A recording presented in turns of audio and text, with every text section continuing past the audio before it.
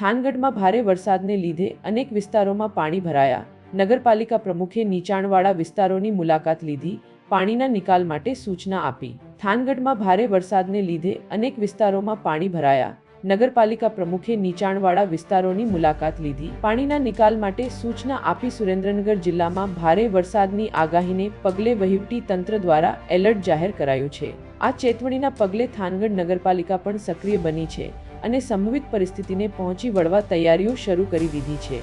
આગામી વરસાદી માહોલ અને સુરક્ષા વ્યવસ્થાના ભાગરૂપે થાનગઢ નગરપાલિકાના પ્રમુખ પ્રદ્યુમનસિંહ રાણાએ આજે શહેરના વોર્ડ નં. 1, 2, 5 અને 6 સહિતના નીચાણવાળા વિસ્તારોની સ્થળ મુલાકાત લીધી હતી. તેમણે વર્તમાન સ્થિતિની ગંભીરતાપૂર્વક સમીક્ષા કરી હતી. નિરીક્ષણ દરમિયાન પ્રમુખે ચાલુ વરસાદમાં પાણી ભરાવાની સમસ્યા સર્જાઈ હતી તેવા વિસ્તારોની ખાસ નોંધ લીધી.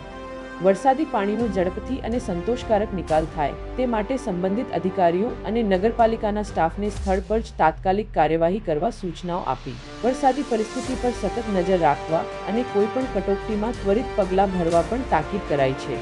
નગરપાલિકા તંત્ર દ્વારા શહેરના નાગરિકોને પણ સાવચેત રહેવા, વરસાદ દરમિયાન બિનજરૂરી બહાર નીકળવાનું ટાળવા અને કોઈ સમસ્યા સર્જાય તો ત્વરિત નગરપાલિકાનો સંપર્ક કરવા અપીલ કરવામાં આવી છે.